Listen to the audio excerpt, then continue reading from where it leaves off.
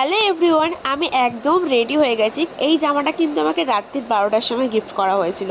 তো এখন আমি সবাইকে নিয়ে চলে যাচ্ছি আমার সারপ্রাইজ জোনে।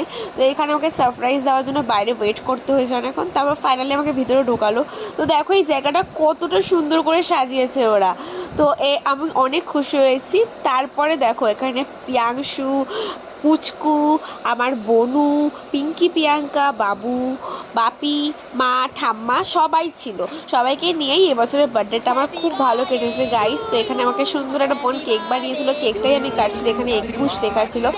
খুব সুন্দরভাবে কেকটা কাটিয়ে সবাইকে খাইয়ে দেওয়ার পর এখানে ফার্স্ট টাইম কিন্তু আমার ঠাকুমা কোনো রেস্টুরেন্টে গেলো। তারপর আমি ওদের সাথে একটু ডান্স করে নিলাম। তারপর পুচকু আমাকে একটা সুন্দর গিফট দিল, বাবুও গিফটটা দিল। আর পুচকু আমাকে সুন্দর একটা ফুলদানি গিফট করেছিল গাইস।